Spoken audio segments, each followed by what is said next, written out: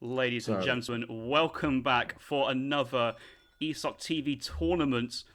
This is going to be the ESOC Draft League number 2, featuring 7 best of 3 series between top level players. Draft League players being picked by team managers, and this is going to be the first series here today. Jerimuno taking on Ezad. Ezad fighting for the Guardians. Jerimuno fighting for the Little Lieutenant Colonels, which is a very polite name for these Colonel plus players we have gathered here today. First map will be on the map Punjab. I know there's my favourite fan in the YouTube channels who say it should be called Punjab, but I'm going to go with Punjab today. Ezad spawning in the right hand side of the map, playing the Portuguese civilization in the colour blue. Opponent Jerimuno will be playing as the Spanish in the colour red on the left hand side. And I'm joined on the co-commentary mic with Riotcoke. Right, good afternoon. How you doing? I'm doing pretty well. Hopefully, you're doing pretty well as well, House. And I know you've been doing a lot of work stats and whatever. So you're squeezing in with your busy schedule to cast. But yeah, we've got a Spanish versus Portuguese matchup here. Jerry playing Spain. I know a lot of players have actually chosen Spain as their preferred civ. So the way this tournament works is you choose a preferred civ before you get picked. You get picked by one of the leaders of the Guardians or the Little Lieutenant Colonels. And by the looks of it, the first matchup we have here is Ezad, whose first civ here is Portugal, and Jerimuno, whose first civ is Spain. I think a lot of players seem to think that Spain is pretty good, pretty strong, probably top 5 easily in terms of civs at the moment. So it's no real puzzle why Jerimuno picked that as his civ. And Portugal's an odd pick because on no TP maps or on TP maps where you only have like a 3 TP line at the bottom, they're not very good. They're really good on water maps, and they're really good on sort of long maps like high plains with large TPs. But yeah, I don't know. Portugal versus Spain doesn't seem like a great matchup, honestly. So it's going to be quite difficult for Ezad to really do much here. Although, by the looks of it, he is 10-10ing. So Portugal does, of course, start with 200 wood nowadays, as well as, I think, 400 food. So that allows him to go for a trading post and go for a nice and early 10-10 without much idle time, actually, which is Yeah, really he's important. clicking up at 2 minutes flat, aging up with the Philosopher's Prince, which is 500 food. Also playing the Portuguese, a town centre covered wagon will come out, and I'm sure Ezad will be dropping out. I'm expecting slightly forward here if you're going 10-10. I don't think Ezad's going to drop it in base here. He has dropped his mangrove grove behind his original town centre. Has Jerry dropped his yet? No, I think Jerry's mangrove is out on the map scouting, and it's one of those things that it doesn't really matter if you lose. You don't want to lose it because it does give your opponent an extra 60 experience points, but it's not exactly that you need a 5,000 wood pile in your base. So Jerry just been very not overly caring his scouting pattern, but he's scouted a significant portion of the map, even seeing some of the higher tier treasures, even a Gurkha treasure by 2 rhinos, which is a nice 30 experience points for a crack shot as well. So something for Jerry to think about. Yeah, that mangrove grove isn't really that useful. You can use it to block areas off, and funny enough, if you build a church, get the church tech, which doesn't actually cost very much, and you plop it down in mid map, it actually ends up having 5 line of sight instead of just 1, because it gives you basically 3 5 line of sight in the middle of the map, which is pretty funny. But other than that, it's not too useful. It's good for scouting though, and it of course does give you 60 XP if you kill it. But it's very difficult to kill it because it's like a cherry orchard. You can just place it down whenever. But by the looks of it, Ezad, went up with a 10-10. Did get his earlier second TC, which is good for ports. I don't think he's quite up just yet. I can't see the time because it's about 3 minutes and 30 seconds. So port normally gets about 4 minutes. But by the looks of it, he's eyeing up on a coin treasure down there. And there's the Philosopher Prince coming up, which is, I believe, food, right? 500 food drop down, defensive second town centre, and in this matchup versus Spain, I kind of understand that now. Spanish player likely to go for standard fast fortress playstyle and be very aggressive on the front foot in the early fortress age. Let us have a quick check at both players' deck. We got this opportunity before the Spanish gets to the second day, so we can see what is going on, starting off with Ezad's Portuguese deck. And talk me through this one, right? You can see that, can't you? Yeah, so this is an interesting deck. You have obviously CM and Economic Fear in first aim. That's standard. You only have what five cards in H2. I mean, two of them are late game cards as well, with infantry attack and advanced arsenal. So there's going to be no H2 play here from the Portuguese player Ezad. Even H3 is missing a lot of shipments. He's missing Mamluks in there, which really against Spain you probably want. And actually, Ezad's deck is he has 11 cards in age 4, which 10. 1, 2, is that 3, 10? 10. Yeah, it's 10. Okay, You it's can't 10. you can't Okay. have 11. Remember? I'm used to there being a space at the end. That's why. Yeah, that's caught me off as well. But they've designed it nicely this time. Even having 14 and 16 Musketeers, a shipment you don't and, often see from and my Portuguese in favorite H4. shipment in the game. Yeah, and my favorite shipment in the game, which is not Elmeti, Is it not? the heavy fortification score. Oh Because yeah, of course. No, I've seen it that. just gives you like 150 score. It's ridiculous. But well, it gives you more than that. It gives you 1,500. But I think yeah, he's just gonna go for 700 coin, 700 wood, and Food. and food even. Yeah, I can't exactly.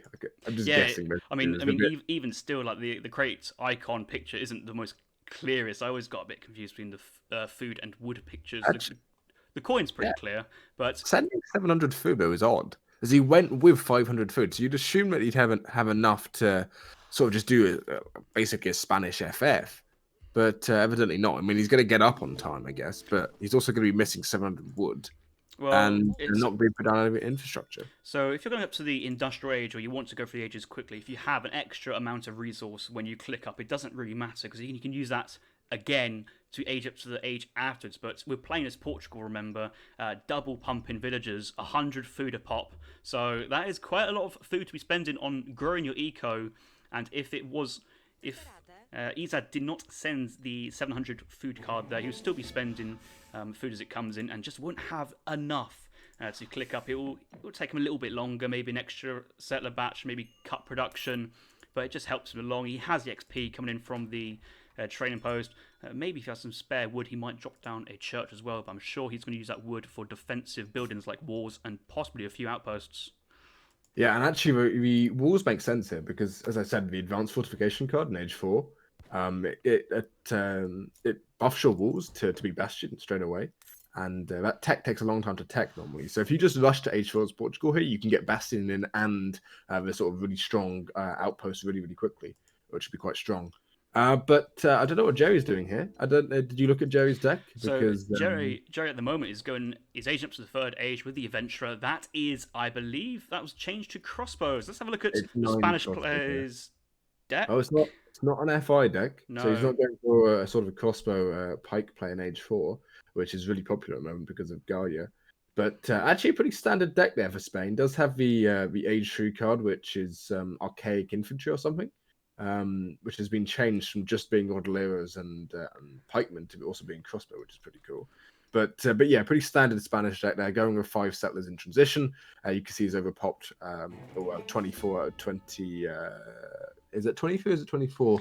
23 over 30. He's just built the houses on the wood shipment there, and 5 others going behind. And a forward outpost as well as a forward barracks. So this is sort of the most standard Spanish play you can see. He's going to be building musketeers out of there and just going for 2 early falcons and what have you. And this might be quite difficult for Portuguese to hold. I mean, he will have 3 TCs in one very small area, and he's got all wood, so he's going to have a decent amount of walls there.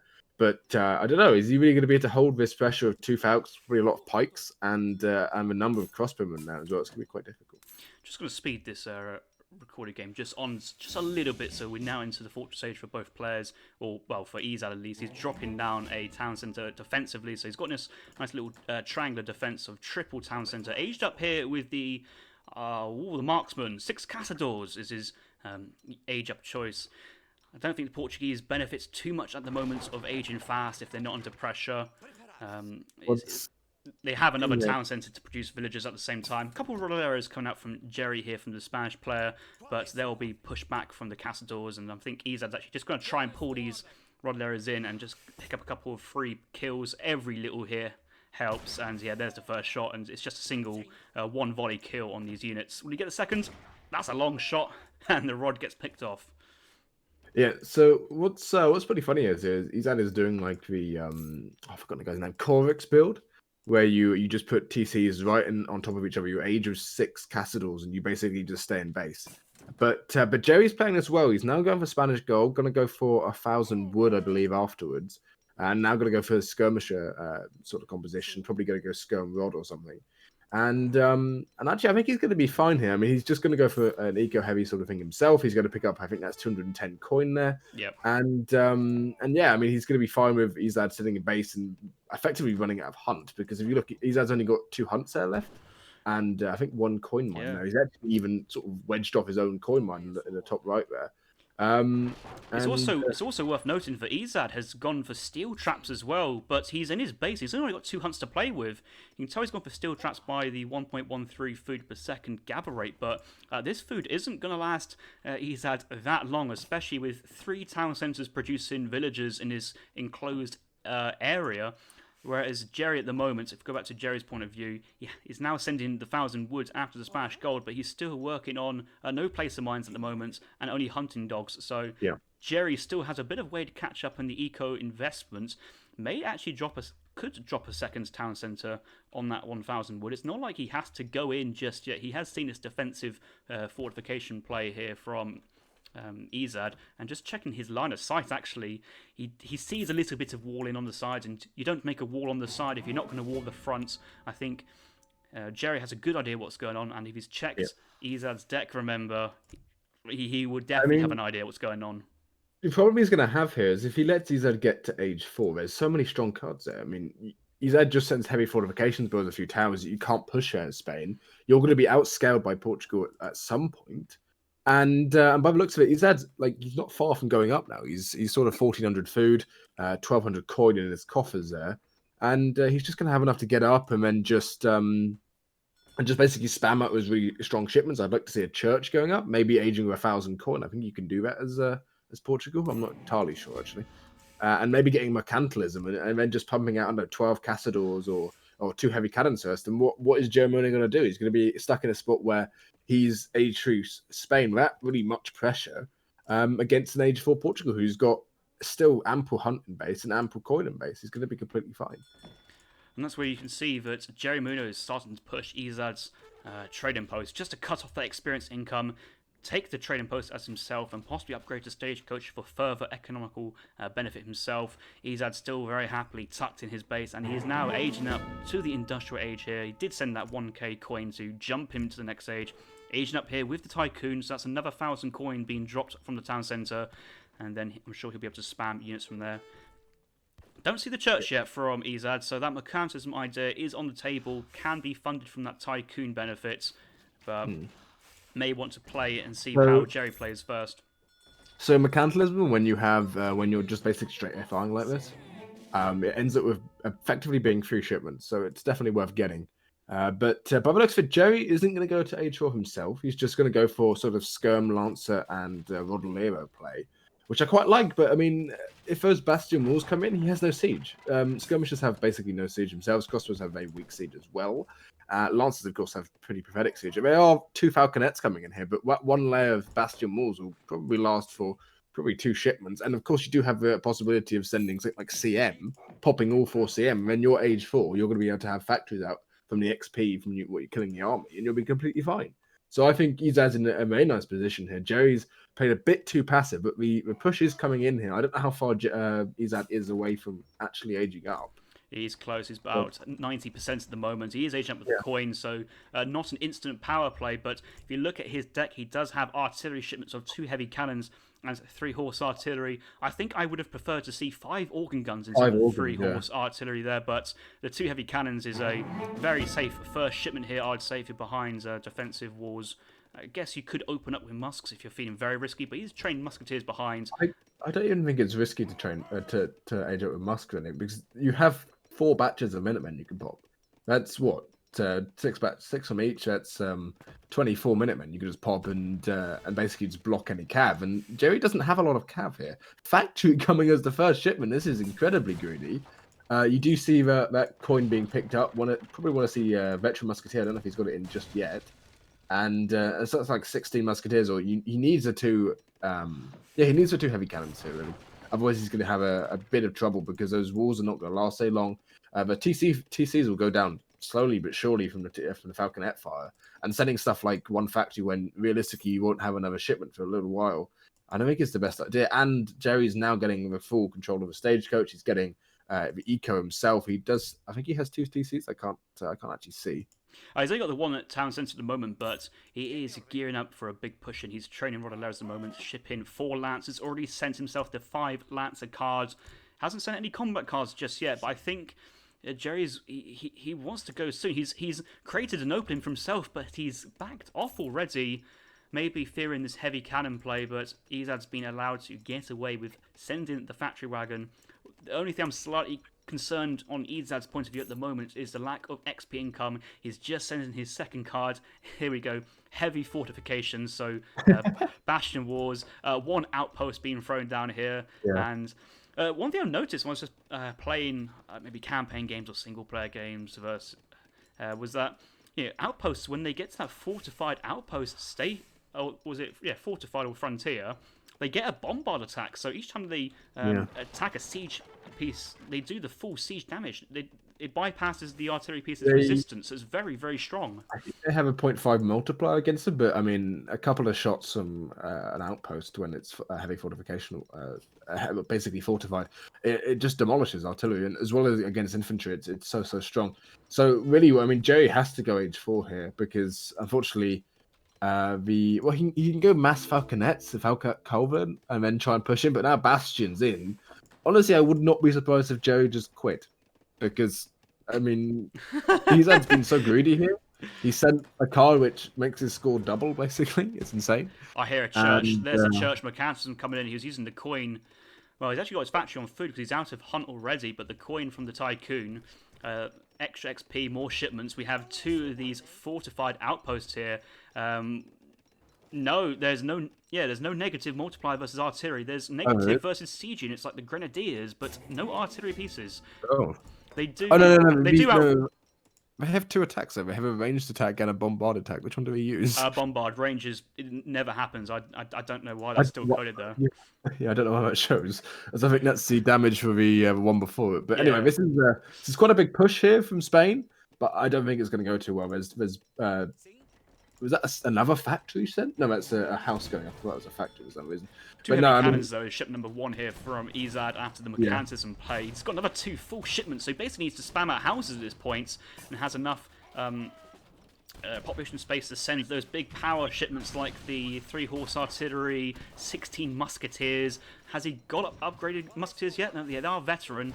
I don't think he will afford the Guerrero musketeer upgrade at the moment, but these fortified outposts, bypassing the skirmishers, 30% range resist and doing splash damage, these outposts are ripping through Jerry's units, and he's focusing on essentially a 5 wood cost piece of wall, and there's a second layer of walls, and we haven't even got to the town centres yet. This is going to be tough here from Jerry. I mean, he's basically getting pounded by that outpost. It's already paid off by itself, and 2 heavy cannons come in here. There's nothing which has the range on the heavy cannons. However, there's 2 Culverins at the back there, which will do good damage. And actually, I do not think that Ezad is going to expect these 2 Culverins, and that might end his day, really. Ooh, I mean, massive look at these volleys and the fortified outpost. Just need to get a couple of villagers and town centres to help out, but he does have the... Listen, look at this. Fortified outpost in range of the Culverin. If he was to focus this down, that'd be a really good play here from Ezad, but just all the cavalry getting stuck. No one's getting on top of this heavy cavalry. The heavy cannons. He needs Minutemen, and he needs... Oh, the Culverins directly underneath that fortified outpost. They will get some shots off, and probably those heavy cannons will go down, but look at all the army going down. These have already paid themselves off, and 16 masters going to come in, 14 masters, or 3 horse artillery. Ezad's deck is so good here, and this fighting is giving him XP. Again, he's Portugal. He doesn't really need to worry about losing a TC or anything. Look, Ezad's focusing down the Falconets with the defensive fortified outpost. 1 Falconet down, another Falconet going down, and he's sending 16 musketeers behind this, and that's exactly what he needs to counter the Lancers and the heavy infantry of Jerry here, and Jerry's push is running out of steam very, very quickly. Look at Ezad's not even garrisoning his vills. He's just happily carrying on gathering. He's just like, you're attacking me. No big deal. Yeah, he can win this off shipments now. I mean, I think Jerry's economy is pretty good, but again, like Jerry basically just gets stuck. He loses so many lancers here. Those Culverins go down. That's a lot of coin in those Culverins. 800 coin, and well, actually even 600 coin. And there you go. There's the end of the game. Yeah. With I think Ezad probably won that. Yeah, Ezad. Oh yeah, I think certainly won that. Jerry definitely tapped out here. He pushed in with 100 military population, so lots and lots of skirmishers, 2 falconers, two culverins, about 15 lancers, as well as the explorer with the dogs. I even saw a pet jaguar in there rounding up that composition, but all got beaten by a single stone wall. It appeared, and then the fortified outposts behind, and that is not a very that's not a pretty sight to see if you're fans of Jerimuno here. That's a lot of population going down, and obviously, buildings don't count as military population, but when that heavy cannons came out, they just went to work and just got some fantastic trades there. Yeah, honestly, it's difficult to do with Spain. I mean, I think Jerry didn't play it right. You need to play sort of early age 3 just to be aggressive and then just try and take down a TC with falconets. And you just can't let someone with that deck go to age 4. It just won't work. You're going to be just demolished by it. So yeah, I mean, well played by Ezad there. I wouldn't say it's a favoured matchup for Portugal. And you can see the mercantilism coming in now at sort of with that 13 minutes and a big spike in shipments. And that's another thing to touch on as well is maybe we could say as well that the Ezad's playstyle of going for that strategy as well is also a kind of a soft counter to the Spanish bow pike fast industrial as well. Like, how his crossbow is going to burn down these 6,500 HP walls as well. So I think Ezad's was kind of covering both bases with that strategy from himself. Yeah. Right. But let's try and turn down a few options, because that was dying. I will turn you down to about 4 ATP as well, just to try and. That's fine. Whatever helps. The stream doesn't seem to be lagging it. The problem you do have is the Rex are slower, so it might be worth just playing some of the slower bits on the speedier. Yeah, so when I'm just on my own watching a replay, it goes at a very decent speed. But as soon as you add in extra things on top as well, UI had a request for turning the UI down to about 80%, so it's a little bit lower. Yeah, would do that. Graphics apply. Turn the shaders down to medium. Don't need high textures. Medium foliage. Let's go for low there. I think that's all good. I'm happy with that. We'll try that if that speeds up a little bit. But yes, we can skim through the age 1 just a little bit fast if we need to. So load into recorded games. Game number 2, Ezad's recorded game number 2. So because Ezad won that game versus Jerimuno, Ezad will have to pick his civilization first, and Jerimuno will counter pick. So that is the context going to game number 2, and we begin. Into number 2, I don't know what civs they are. But by the looks of it, Inca from someone from is that Jerry? This looks to be a little bit faster. That's Ezad, yeah. Ezad's playing Inca. Inca's pretty strong at the moment. Jerry, I have absolutely no clue what he's playing, but yeah, Inca's pretty strong. He's going to be going for the first 4 villages, which I think is what you always do. You build a house, you get the big button. This Rex playing incredibly slowly. Yeah, I just tabbed out because I had to change the scales. I had to re-hide the game time. Wouldn't you guys peeking at that, would we? Lock. Right, back in game. Let's go. Yes. So you have Ezad playing as Inca here, and I have no clue what Jerry's playing, if I must be honest, as you haven't panned over to that area. But yeah, let's have a look. We'll just get the was it right-click drag as well? Game options. Where is that? You can see right-click camera drag as in the second option. Yeah, there we go. That's fine. But yeah, what I would do is, because on 1 speed the rec is slower, I would play it maybe at 2 speed or 3 speed for age 1, because there's not really much you can comment on age 1 anyway. Well, it's strange because when you load into a game, it is set on the play fast. I'm actually going to try that actually, because I don't actually want to change the speed. Because if you change it, it sets itself out. So look how it's now on the play fast, but it's actually at a decent speed. So we'll try and cross our fingers and leave it like this, and hopefully it doesn't all bug out.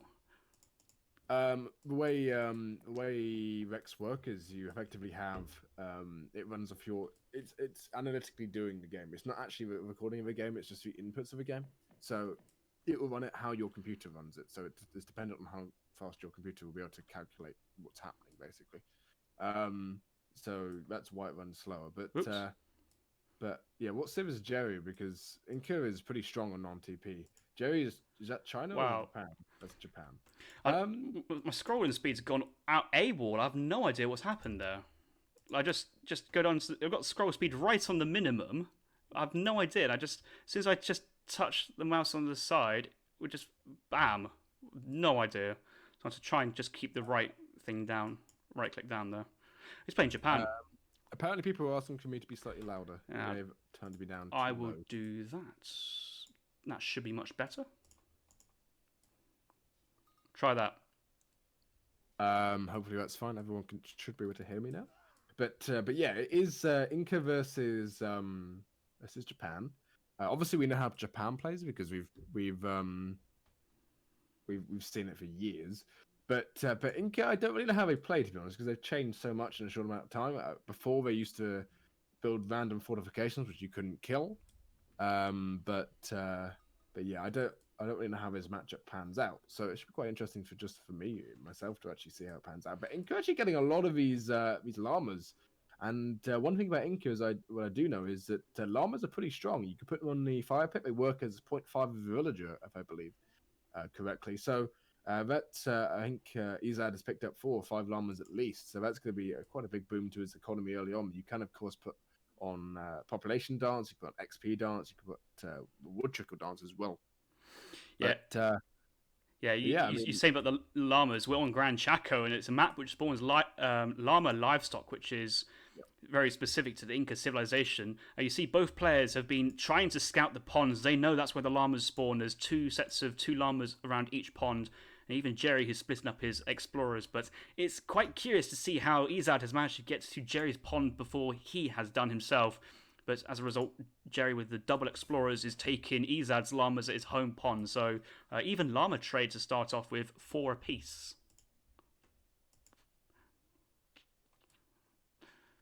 Let's have a look at the Inca's player's deck for the time being. I've been playing with the Swedes a little bit, seeing what they're going on. He hasn't picked a deck just yet, but we can see all his deck. Oh my god, look at the amount of decks he's got here. He's even got a deck called 1v1 Corex. Let's have a look at that. Probably a semi-treaty deck, but that's a lot of decks to have. Yeah, so I think Ezad plays a lot at the moment. So obviously he's got a lot of decks for the Civs. He plays a lot, and I mean I only have two decks on most Civs anyway, but I don't play as much as him, I guess. But yeah, I mean Inca's pretty strong. You go for that 4 villager big button early on, and you end up with 14 villager 8 as an age up. But I don't know if you eat the llamas. Maybe you do eat the llamas, or you use them on a fire pit. I don't know. But yeah, I mean, Jerry gonna go for Japan. Japan is one of the strongest civs. I think he plays it probably the most out of any civs he has. He's now collecting 100 food over those 2 outlaw blowgunners. Pretty strong. Gonna get a nice early age up. I don't know if he went for the consulate start. I've looked at he only has I think he went heavily cami and a consulate, so he's gonna prepare for what should be quite a boomy game. But I think Inca have the better boom early on and will have a better mass. So I think it goes for sort of 2 war huts forward and presses Japan. I think they're going to have a good time, especially sitting under that TC fire or whatever. The Incan units are actually particularly good under TC fire comparative to other Civs units for their cost. So Ezad himself now picking up the 35 food in base, aging up. He's sent, is that a 300 wood shipment first here from the Incan player? Looks like it is. 300 wood first card. He does also have exotic hardwoods and 2 fattened llamas. I did hear Hazard was talking about going for exotic hardwoods as first card because you build your catcher houses, they provide you your food income, so you have most of your economy on the wood gathering, but sending 300 wood first is a really nice short-term boost, but no lasting effect apart from your build kind of progresses that little bit faster. You get your houses down that bit faster, your food comes in afterwards, but as the game goes on, it just loses that effect. Yeah. Obviously, I don't know what Inca really does here. By the looks of it, he's collecting wood to be put down more houses, and Japan obviously doing their standard stuff, going up to age 2 with the Shogu Shrine. Going to be putting some probably the llamas on that Shogu Shrine at the back there. Obviously, Japan. This map's pretty good for Japan. You do get the llamas, and it's pretty large as a map, and a lot of the hunts on the left and the right hand side, so they're pretty safe. But again, I mean, Inca can produce 5 or 10 spears, and the spears actually have a lot of siege, 4.2 siege, and actually a lot of speed as well. So they're really good at taking down the shrines. So that's what you want to be doing here. As Inca probably producing a couple of spearmen, putting those 2-4 war huts down, and just devastating the Japanese economy. But by the looks of it, both players just going to be picking up some treasures. I don't know what Jerry just picked up. 100 food, by the looks of it, the second 100 food treasure actually, and I think that's going to be coin from 70 wood even from Ezad there. So Yeah. Ezad putting down houses. First shipment as Inca is normally the either 700 wood or the housing cup, the one which makes it so the houses produce 1 food a second instead of 0.5 food a second. So I have to see what Ezad does, and I'm 100% sure he's aging with 2 war huts or 2 builder travois. It makes sense only 2. There you go. There's the 2 going up. Don't know where they're going. You don't have a line like we did on EP, unfortunately. Oh, that So, was such a good addition, wasn't it? You just see exactly yeah, like, all right, he's right-clicked the middle of the map, off we go. But the Chasky leads in the way to building travois. You just have to assume it's going to be double war hut, getting map control right in the middle. which makes sense. I mean, double war hut really strong. These go up a lot quicker actually than like Aztec war huts and stuff. It's pretty insane because they don't, for some reason, don't have the malice. I don't actually know why they don't have the malice, but yeah. They're going to go forward, and am I going to be built? I don't know what Ezad's going to create here, but it looks like he's going to go for 600 wood as his first card infinite. 600 wood does have, I believe that's is that 8 houses, 94? Yeah, maybe not 7 houses up already, and probably going to be putting down more, about 600 wood. Yeah, more going down there. You can see weird spot actually. Probably would have liked it just slightly more over to the right, but he's building a bit of a wall, which is nice. And I think you go 600 wood, and then you go for the what's it called? Chincha Brewing cards, the catcher houses auto gather their food twice as fast, plus 100%, and that is the card he is going for behind this. So it's just a standard Incan. It's good tempo, but it's also really good for your economy as well. There's no real downside to going 600 wood into this because you do have the resources to train units as well as making catcher houses. Going for the Inca scouting party. Pardon me. Which is 5 or 6, I think it's 5 spearmen, which obviously, as I said, they have good siege. I think they have 42 siege off the top of my head. They do. Which they're going to be walking over to some of the shrines, taking down the shrines. Obviously, when you kill a shrine, you also get XP, but 3 Ashigaros did come out there from Jerry, and I feel like those 3 Ashigaros probably going to be able to clean up those pikemen, although pikemen do have quite a lot of attack in hand attack, and if they get into hand attack with the Ashes, I think they actually win, simply because Ashes have pathetic hand attack as a base damage. So realistically, I don't feel like. Yeah, I feel like those pikes are fine. They're going to take down that shrine, probably just run away. They have more speed than the Ashes, or they could just face and fight them, which would also work. You do see the snare probably coming in from that War Chief. The War Chief does have a lot of HP, 750 in age 2. And yeah, by the looks of it, those 3 Ashigos, not much of a threat. Going to be taking down that shrine. 50 XP goes into Ezad's shipment curve, and just going to be running away by those 3 Ashes, not doing much. Let's look at Jerry's position. He is falling up with more units across the map. 5 Ashes going to the right-hand side, but the native scout here from Ezad does pick up Jerry's army movements. That does tell Ezad as well that it's more Ashigaros out in the field, so he's A-OK to carry on with the Jungle Bowman production. Jungle Bowman having heavy multipliers versus these musketeer units, as well as the poison damage as well, racking up. These guys just absolutely shred through these Ashigari musketeers, especially when they're not upgraded in the colonial age. On the right-hand side, we do have a couple of shrines going down from Jerimuno. Ashi's moving out on the map to have a look, but it feels like Jerry is going for a bit of a raiding party with his Ashies, trying to move into Ezad's base from behind and get the element of surprise.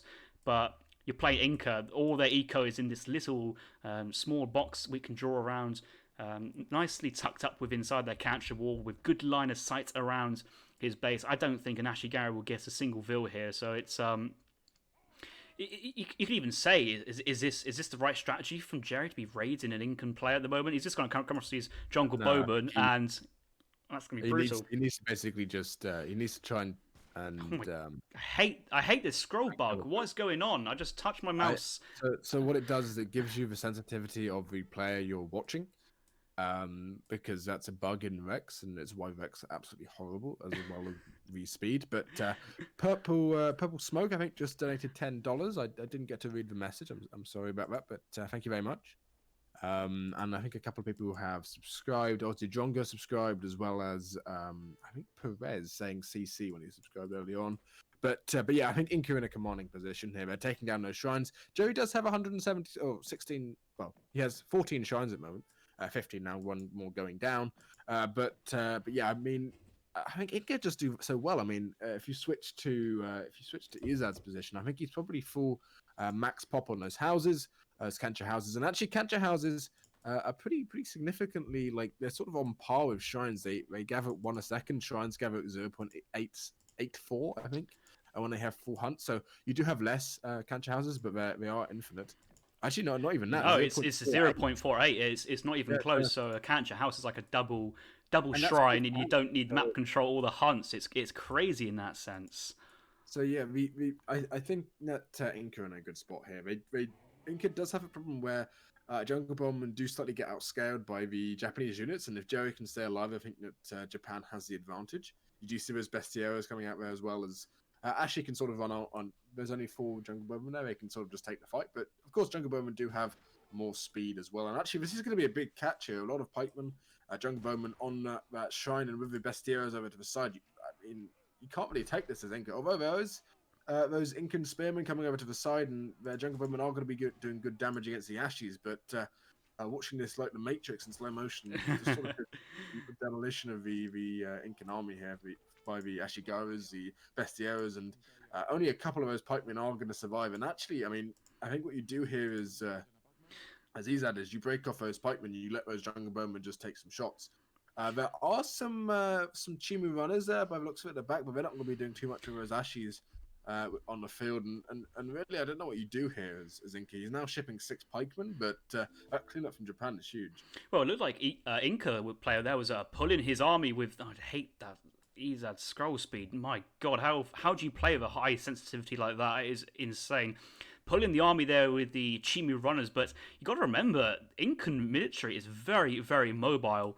Plumed spearmen 5 speed, Chimu runners 6.5, and even the bowmen have a 4.5 speed stat. So the same speeds as a Japanese Ashigaru, but then Japan has these ordnance bestieros as well out on the map as well. Only 4 speed. Yumi archers are not as fast as Ashies at the same point. So we can see that Inca is moving around the map, trying to put pressure on the shrines, but also has the ability just to run Japan player around the map as well, and just get away and not.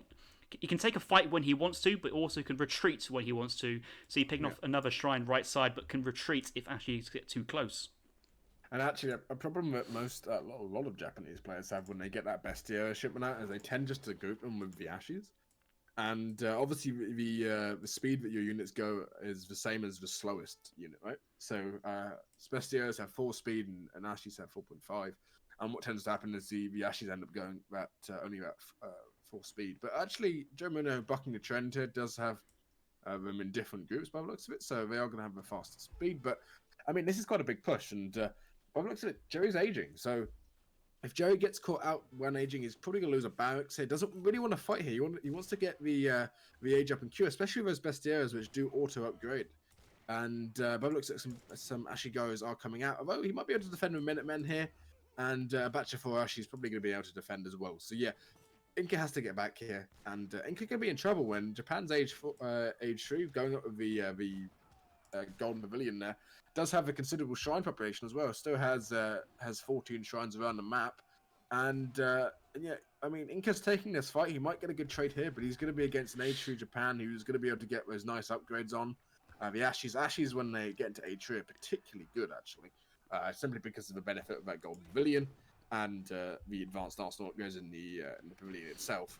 And you're just going to end up seeing a domination from Japan. The Incan units. But look at this flood of units. Look at the reinforcements from Inca on their Chincha House, Bruin, Cancha House, Eco Spam. These Chimu runners just running in at the exact time of the age up, just catching these 7 Yumi archers. Unupgraded and unprotected now that the bowmen have gone through the previous Ashigaru units, and I felt that about ask, has Jerry kind of pulled the trigger of his Minutemen just a little bit too early here? And whether it was the right call or not, just the endless stream of units from Inca coming in, more reinforcements crossing the map. Look at this big batch of 9 jungle bowmen coming across. You say this, but Inca's now stuck in age 2. They're going to be now pumping out jungle bowmen. And they're going to have to do a sort of Ashy flaming arrows, that sort of combination. It's going to be quite difficult. There's going to be another barracks going down. We're probably going to be seeing Jerry pulling out something like 2 flaming arrows coming out. I don't like with 2 flaming arrows. I would have preferred 8 Ashy actually. But can you put the game in 2 speed so it's not so matrixy? Yeah, but then that happens. Overkill. Yeah. It's annoying. But yeah, the flaming arrows come out. I was a bit. What? I'm worried about that Chimu just bashing the flaming arrow, but it does go down. A lot of villagers going down here for Joey though. He's lost a couple on that mine, and now I mean he's going to send 8 Ashy now, and he's going to get an Ashy batches. He needs to get veteran Ashy as well as soon as possible. But yeah, I mean I think he's in a fine spot, honestly. Yeah, I agree with you on the flaming arrow play there. Luckily for Jerry, the reinforcements were 9 jungle bowmans, but if it was just a batch of Chimi runners, those flaming arrows were gone. Would have picked up those extra 4 Ashy Garrows there and then idled the Japan Eco even more. So Ezad rolling the dice of what units to make. Gets the wrong call there, but just the presence of the Chimi runners is forcing Japan to go into Ashy Garrow Musketeers, which then get countered quite well by Jungle Bowman in an efficient trade. The Poison Bow card did come in behind us for Inca, which is the Curare? I don't know. That's a strange name, but more damage and more poison. It means poison, basically. But yeah, I mean, Inca, they might be in a fine spot here. They can just keep on putting the pressure on. Their units are pretty strong when they get all those upgrades as well as the speed upgrades. But again, the more time Japan gets here, the Flaming Arrows obviously aren't the best against infantry, but as a whole, they're a pretty well-rounded unit. 28 range is nothing to snuff at. And realistically, the Ashies are just so strong, right? I mean, once you get to Ashy attack or whatever, you end up having, I think it's like stupid, like 38 attack in age 3. And when you're versus age 2 units, you have 31 right now, and that's just with only with the Golden Pavilion and Discipline Ashy Go on them. So it's going to end up being that Ashies are just going to dominate the field. And I mean, what do you do here as Inca? Do you age up and try and go for sort of light cannon play or something weird like that, or do you just continue massing age 2 and hope you get a good trade? But Japan is definitely in the driving seat here. I was just looking at Japan's player, but I don't think Jerry has even selected the Japanese consulate. He's taken off the Portuguese, but has forgot to realign with Japan. I just literally flicked the mouse then. I'm off to the edge of the world at that point. So that's extra attack bonus for the Ashy Garrows he's missing out on. He hasn't yet sensed close combat or Ashy attacks. That's more upgrades he could use. No Daimyo support from either the Age 3, Age 2 Daimyo cards, but maybe just pushing Inca back for a... Could age up behind to Age 4 for the 4 Flaming Arrow Shogun Tokugawa, but Age 3 is what Jerry's doing at the moment, and also has this Golden Pavilion ranged buff from the increasing the attack range, as well as the advanced arsenal text. But I look at this, he's just surrounding his army. He's grouping his native units into the wilderness, just like Mick possibly would have done in real life, and try and attack from multiple angles. Just Chimi runners, they don't snare and they don't get snared, so they can run in, snipe a unit, and run back out without taking heavy consequences or heavy losses. Which is really their benefit. But actually, at the same time, as Jungle Bowman, if they can get a couple of shots off on those flaming arrows due to their poison damage, they end up doing the full poison damage doesn't account for the range resist, which is 0.75 or maybe 0.6 or something for the flaming arrows. I don't actually know what it is, but it's coming in flaming arrows relatively quickly. But yeah, I mean, I think if Aztec, not Aztec, if Inca can get a nice surround on these units and try and get those flaming arrows down, that's his sort of goal. The flaming arrows are going to do a lot of damage, and you can see just the poison damage does so much damage extra than it would normally do, and they just go down very, very quickly. Flaming arrows only having 175 HP does get a nice shot off on with those flaming arrows though, and I don't know who wins this fight. I think overall if Inca were to kite with these other units, they'd be completely fine. And yeah, those Ashes have to go back now. There's no snare. Except from, I believe, a single pikeman snaring in the middle there, which is quite nice. But actually, there's so many Ashes now, and that sort of pushed. It doesn't matter, but it went down the drain. 5 Nagis is now going to come in, and those Ashy goes. I honestly don't know what Jerry's doing here. He could probably just run in once those Nagis come in and just demolish the fight, because I think he's realised that going for Flaming Arrows probably isn't the best shot, and you just go for Ashi Nagi here. Ashi Nagi being incredibly powerful. Did finally go to that Japanese consulate. And what's he building there? Is it Thrown down a stable. So those flaming arrows are really nice for getting that push onto the war huts and forcing the engagement from Ezad, where he's able to trade off his army really well actually. So all those pikemen went down, and now Ezad's thinking, right, I need to go Chimi runners and bowmen to try and counter these Ashes. There's no point to pushing with Ashigaris into units which directly counter them. So what is Jerry doing? He's just thinking about the situations, pulling back, waiting for a Nagi shipment, starting Nagi production from the stable as well. So first going for the disciplines, Naginata Rider veterancy, shall I say. It's upgraded to discipline. Train some more Naginatas, and maybe the card behind is the Nagi HP, which he does have in his deck. Does he? He does have in his deck 25% HP as well. And how does Jerry counter upgrade his Ashi Nagi composition? Because the spearmen get picked off very quickly by the Ashigarus. He needs the bowmen to counter the Ashis, but Nagis, they're Lancer style cavalry. They have multipliers versus bowmen, and they just 2-hit kill these bowmen. They are very low HP units, so 35 with a 1.5 multiplier will easily 2-hit kill a 90 HP bowman. Even these 5 Naginatas will do enough, pulls the pikeman forwards and tries to trade off his units here. The problem I think that Joe's got here is he's going in only with 5 Nagi even. What you want as Japan is you want to be sure that you're winning the fight. You don't want to be giving sort of Inca a decent trade so they can get back into the game. All you have to do as Japan here is stay in base. You have 200 Shrine Prop. You're completely fine in that regard, and you'll clean up the game. But actually, even saying that, I think he's fine just to win anyway. There's not going to be much going on here. Except from just domination from those Ashigaros. So yeah, 40 Ashes on the field versus only 9 remaining bowmen. Up and close personal with Ashes with 33 ranged attack is just so strong at the moment, and looks like the GG has been called there. So that game there, Jerimuno winning. So who won game 1? He's had one game 1.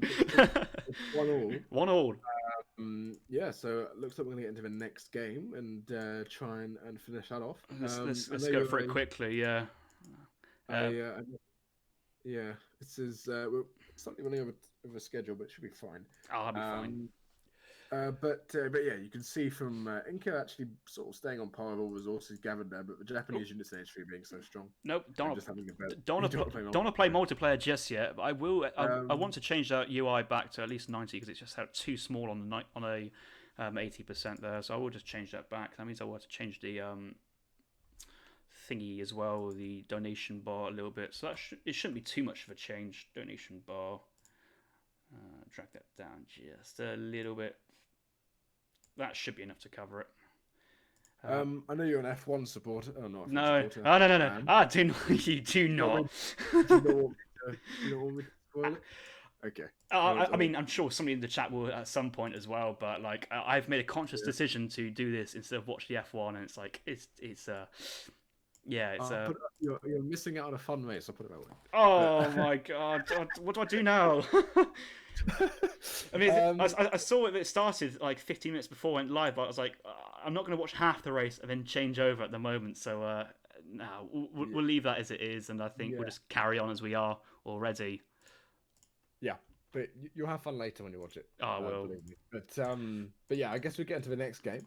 The next game, obviously, is Ezad Rec 3, and it is the third Rec.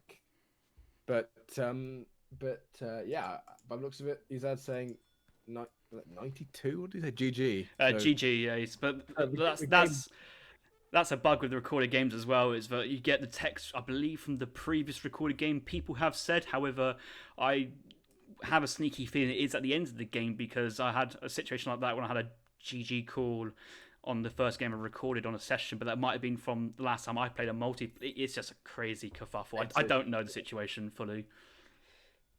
Oh, got to change that donation bar again. Pardon me. Oops. Oopsie daisy. But yeah, Ezad playing as the British here, and Jerry, I have no clue what he's playing as. He only has one explorer, so he's playing as a European or a TWC civ. What is he playing? Is he playing? So Ezad is playing the British. We do have a Jerry playing as the Lakota civilization. So yeah, this is the standard pick from Jerry. Jerry's main civs are sort of, well, especially in team Lakota and Japan really. So it makes sense that he's gone for Lakota here. And Lakota British is an interesting matchup. It's not really one you see too often, but Brit, if they can get away with a sort of a mana boom and stay relatively unscathed from sort of Bow Rider X-Rider and H2, they should be fine. But of course, Lakota has been buffed slightly not EP. I'm so used to saying EP. Yeah, they're buffed comparatively. They get 4 villagers in age 1, so you can go for quite a nasty rush versus British and go for Soldier Seaton, Axe Riding. Well, when you say 4 villagers in age 1, you're not referring to a villager rush in age 1. No. No. I have a 4 villager card in age 1. He hasn't picked a deck yet. Hasn't picked a deck. But yeah, obviously the Sue. If I call it a Sue, if I call it Sue, I'm sorry, but yeah, the Lakota War Chief here is really, really fast. They can pick up a lot of treasures really quickly, and of course they can't convert animals anymore comparative to EP, but they can, of course, kill them one shot with a bit of a crack shot ability. So in some ways they are stronger, but he's going to go for, pardon me, a TP in age 1 here, as in a trading post, not a TP rebuilding they can make. And yeah, if he can get down that TP, probably going to go for about 135 XP or 90 XP from those 2 wolves. I think is probably the strongest one there. But actually, the British Explorer around there, and I don't know how much HP that Sioux Explorer is on, but only 212 at the moment. He's already taken a considerable amount of damage from early treasure gathering, but that treasure has allowed him to drop down the trading post. Pardon me, I don't actually remember exactly what the treasure was. I've been too busy trying to sort some stuff from the side. Aussie Drongo donating 50 big dollary dues there. Don't mind me testing the donations are working. You are more than welcome to test it, especially if you're dropping 50. Now that you know that your test donation has worked, you know where to go for number next time. So obviously all donations go towards ESOC. They not towards me a house and anything like that. When they have casters, they go directly towards ESOC and produce more tournaments. Actually, Soldier just subscribing now as well for 12 months in a row. Thank you very much, Soldier. We'll be watching his games later, but Aussie John donating $50. He is casting, of course, with interjection later on, so that's something to look forward to.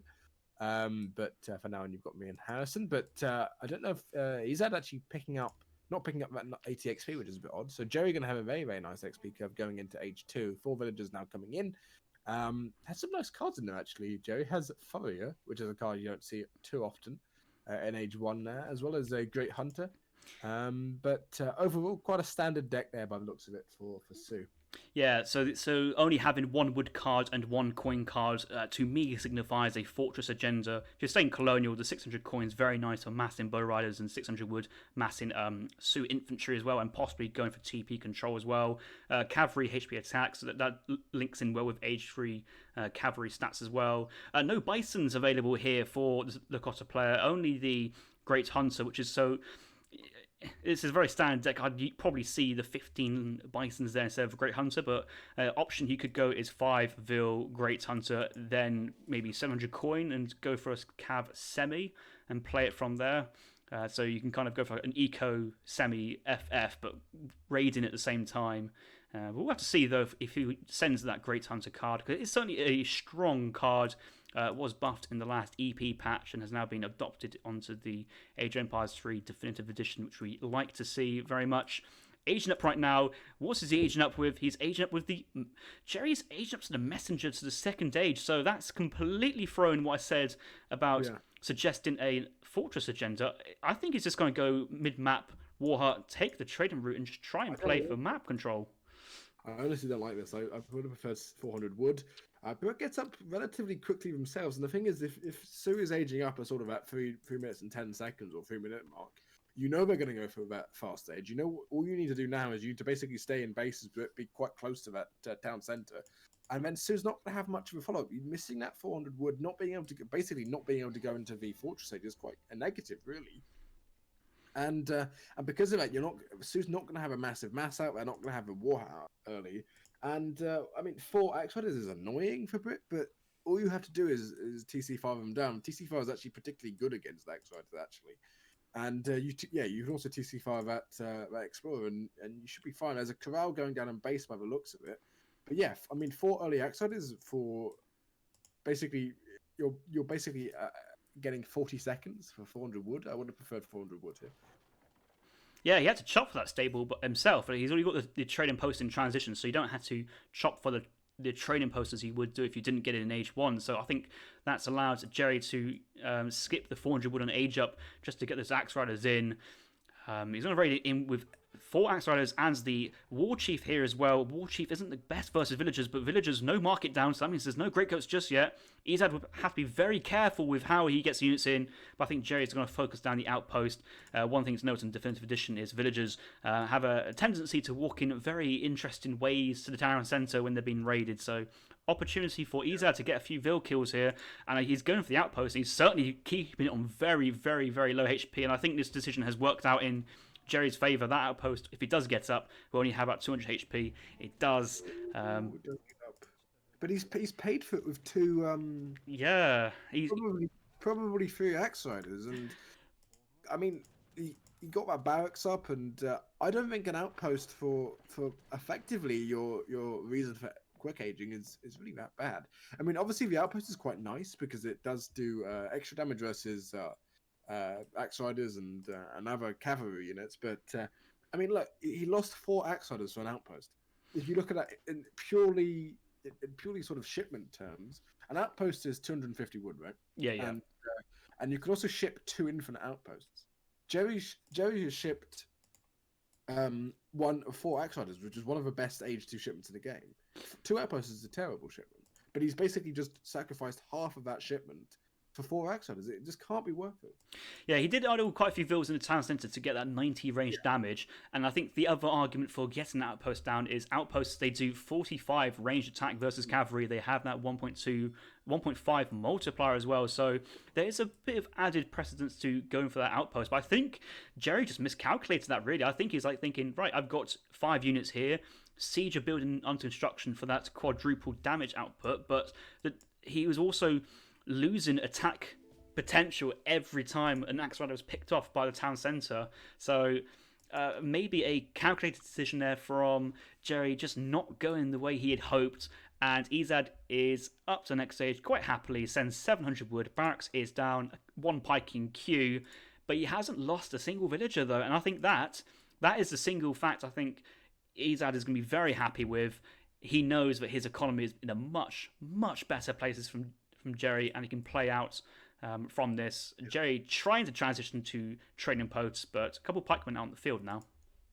Yeah, and the problem that Jerry has here is he kind of knows, Ezad kind of knows that he did fast age. He's not going to have the best economy, and now even shipping 6 Seaton bows.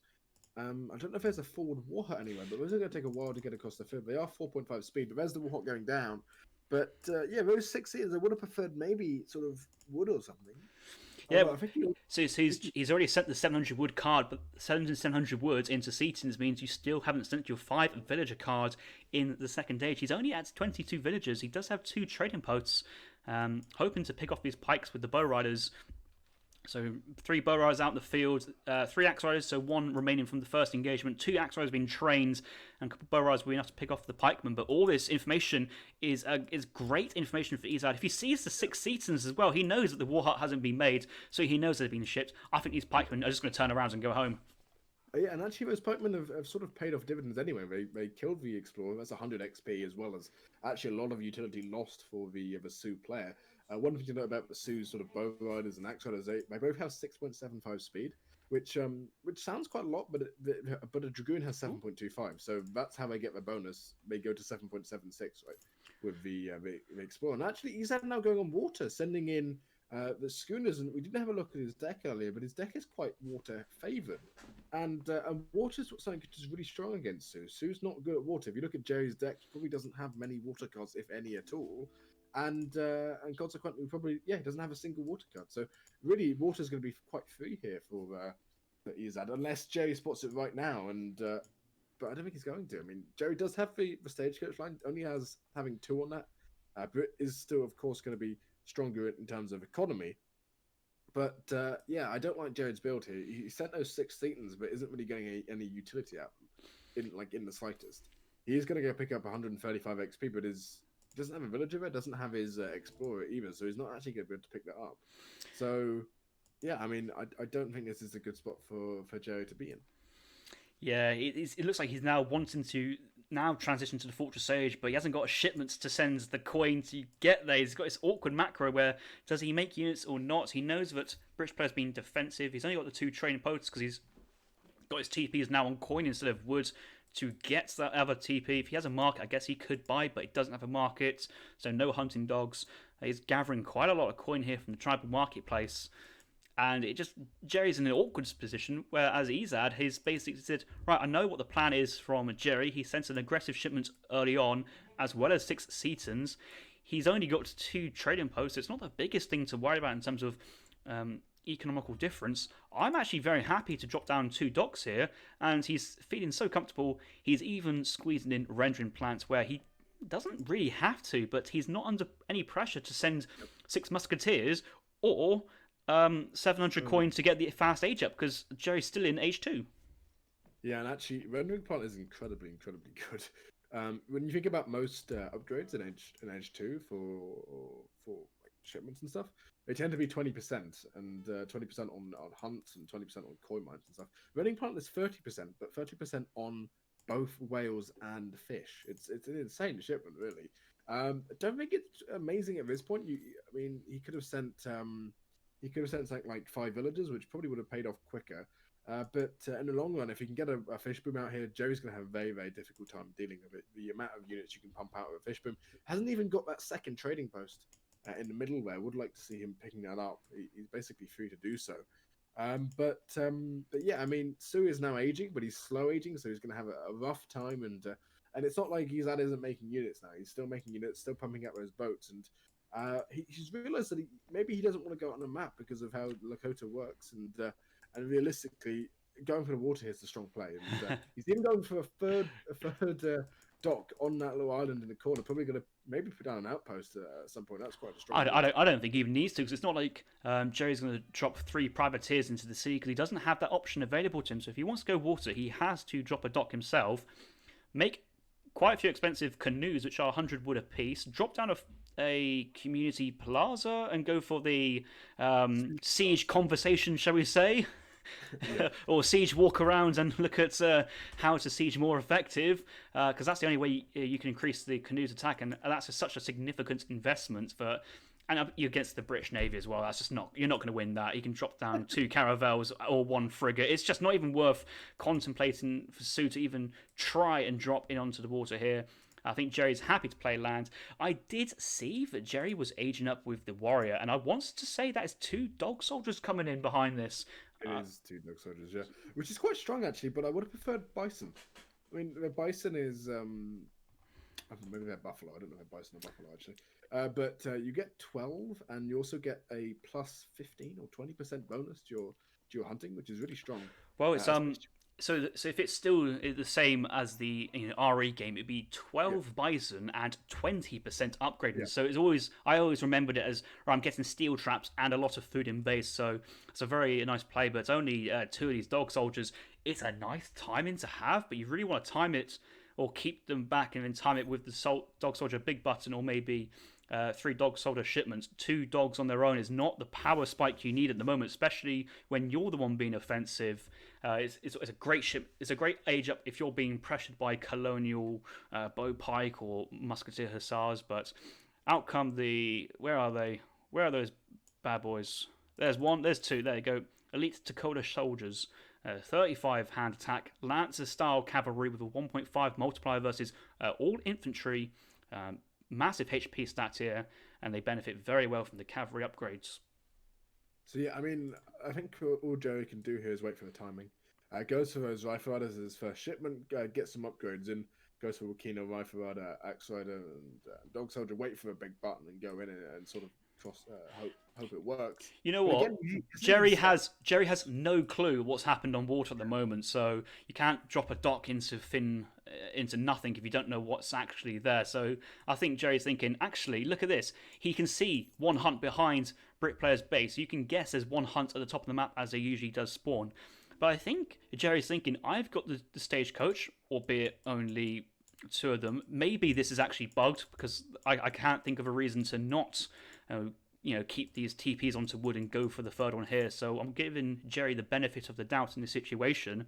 I think Jerry's thinking of food starving, but he's seen his dock, and I think his heart's just sunk. I think he realizes, oh, hang on a minute, my slow age to the third age strategy has just not worked at all, and I don't know what he's going to do here. Is he going to push in after he's seen this dock and just try and make that timing happen? We'll have to find out. Yeah. I mean, I feel like if he pushes in at the right time, he's going to be fine. But Ezad has, I think, 70 plus villagers at the moment, if you count, and he's now building a caravel. Going to be probably shipping 2 caravels or something. Actually, no, he's aging up now, and obviously you do have that slow age as Brit, but slow age when you have bad economy and you can just pump out units for days, you should be fine. He needs longbow here, man. Don't know how many people he does have, but he needs a lot of them. Yeah, you're certainly right in that situation. I was thinking that the only potential way now I think Ezad is in a sticky situation is if he's overboomed on his eco and hasn't made military behind it, but he's got so many musketeers and pikemen to stop any axe rider, dog soldier play. But I think he's realised that longbow is what he needs. I'm sure he's aging up here with the adventurer, which is more longbows on the age up, and these are Akina rifles, which are so important to picking off these musketeers, are just getting picked off here by the town centre and longbows, and picked off a few villagers. Very nice, but unfortunately, the Wakina rifles here were so important for you to deal with the musketeers span behind. Rifles are also, as in the rifle riders, are very strong versus heavy infantry, but you don't have too many of them, and under that mass of musketeers, I don't think this army trades well versus it, so losing the Wakinas as well is such a big blow to the Sioux army, and he's aging up to the next stage, halfway up, and Jerry's already backing off. This is the time where Brit is weakest, but Jerry is just not strong enough to even take advantage of the situation. Yeah, and honestly, I don't really know what Jerry can do here. He has to hope for the dog soldier big button. Finally, probably notices the water now. I mean, if he hasn't, he's just lost. But he saw that docks earlier. If you go to Jerry's screen, he does see the dock, but there's 36 fishing boats out on the water now from Ezad, and Jerry only has 37 villagers. So there's almost as many fishing boats as there are Lakota villagers. A couple of villas leaving, but they'll get back, but he's still got another 42 behind, so it's no big deal. Jerry's going to push into the middle of these walls, and longbows will start firing from behind and do what they do best. I mean, those walls are actually pretty good. I like them because they have small gaps, but the gaps are so small that only like 1 or 2 units can get through. So it ends up being that the Sioux, like, walls just beat Sioux, right? Because Sioux is all about being mobile, all about getting around the map in the fastest way possible, and sort of utilizing that to your advantage. But really, what can he do here? I mean, the problem that Brit does have is a lot of his villages are on wood here. It does have, I think, 41 villages on wood. I mean, he can just go longbow huss or like musk huss and mixing longbows at the back, and he should be fine. Would like to see some dragoons possibly as well. But he's going to be max population soon. Yeah, look at that. And, triple racks pumping units, so 15 longbows there, and he's going to get the upgrade for the musketeers. Longbows as well at the same time from both the racks. Even a couple hussars now from the stable. Ezad's eco is just on fire. Dock coming down from Jerry, but Caravel is here to shut it down. Villagers get picked off. The dock is actually up here, so there is an option for Jerry to start making units, but you've already got one Caravel here. You've already seen there's another dock on the island with fishing boats nearby to put them in. Fertility Dance is here, so he's producing canoes faster than he would. So really nice use of the community plaza there, just to get that production fast. And then once those boats pop out, I'm sure he's going to change to the Siege Dance. This is a sign of desperation. Bow Ride.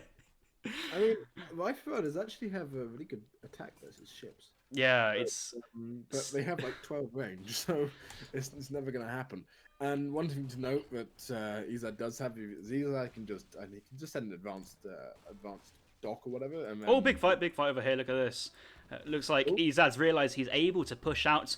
He's seen Jerry's army, but he's got the veteran musketeers and the musketeer combat car behind. Longbows just doing fantastic damage, ripping through his bow riders. The musketeer line is actually going down, but there's no hands cavalry here apart from one lone dog soldier and the Sioux war chief to punish this longbow mass. A couple of hussars were picked off by the bow riders, but enough longbows here just to trade. He doesn't even need to win this fight. Remember, he just needs to trade off and then remass with his better eco. Looks like the fertility dance has finished, and he does have 8 or 9 canoes out. The caravel has gone down, but I don't think Ezad's actually fighting this. I just wants to clean up this army, and then with this larger mass of units, push forwards and take control. So the sea has actually gone quite well for Jerry, but it's the land he's losing. Honestly, I don't know him. There's not a lot of musketeers left, and there's going to be an extra 5 Axriders or 4 Axriders coming from a shipment. And these are really good units with attack dance on, and Jerry's going to clean here. And I think this is Ezad's sort of, maybe this is going to flip the game into Jerry's favour. Obviously, the score is way in Ezad's favour. I don't know how many boats he's lost here, or if what he's doing. Actually, no, there's more muskets coming out. There's loads of more. There's like a batch of 20 muskets coming out here. Yeah, let's look in Ezad's queues. He's got 2 more. 3. He's actually dropped the Kree trading post, so he's got access to Kree CDB, nice 5% HP tech on all your infantry, but he's also spamming canoes himself. We got a canoe face-off in the Saguenay Ponds. I'm sure sending a frigate is the preferred option, and that's what Ezad is doing right now. A frigate is halfway from completion. But it's the siege dance the canoes need. They need the siege dance to buff their attack versus Ezad's canoe. The attack dance is only buffering the military units at the moment, so Elite Axe Riders with 48 attack. Attack dance does actually buff for siege as well. No. It buffs the range attack, but it's the range attack is the range you do on land units, but it's the siege which he needs to do versus the other canoes. So getting the attacks and dance is just a little bit off there, a bit unfortunate, and the frigate is just going to drop on this flag, and goodbye canoes. Frigate's incredibly powerful. You do see Brit also getting the crew tanning technology in, which does buff basically all your units by 5%, which is really, really nice. Nice outpost as well from Ezad, just locking down the fish on the top, and just here come all these other canoes as well as the frigate and outpost. I think Ezad can just right click that dock. I think he's trying to move his army to that position as well to shut the dock off from the land. I don't know what he's doing now. He's just moving all his boats there and not actually attacking. So that's not the greatest. But that army is getting quite a lot of damage on it there. I mean, he's just taking bad trades here. He does have a much better economy, but he's not able to really take anything out. And the Dockside Big Button hasn't been called yet for Jerry. Jerry realizes that if he can keep his economy going, and he can keep up with the sort of trades that he's getting now. If he waits for like 18 minutes, gets 6 dog soldiers in, gets cav combat and 3 dog soldiers as well, like he's just going to dominate. I mean, 9 dog soldiers with war dance, cav combat or whatever. Look at all those canoes that Ezad has. He really is trying his hardest to defend the water, but he does have fishing boats, likely with long lines as well, and the rendering plants. Look at the couple of these boats gathering 1.05, so he's got long lines and rendering plants. I think also Ezad's got. Has he got whale? He's also got whale oil. That's where the 1.05 coin income per second. So those boats are gathering about 110% faster than they would normally do without any upgrades on them. So they're really, really good. Jerry has realised that he's lost the water fight after investing so much into it, and the land fight has kind of whimpered out into, well, not much, but the remass potential was on Ezad's side, and the GG was called, and that's the end of the game there. Ezad winning that game and taking the series 2-1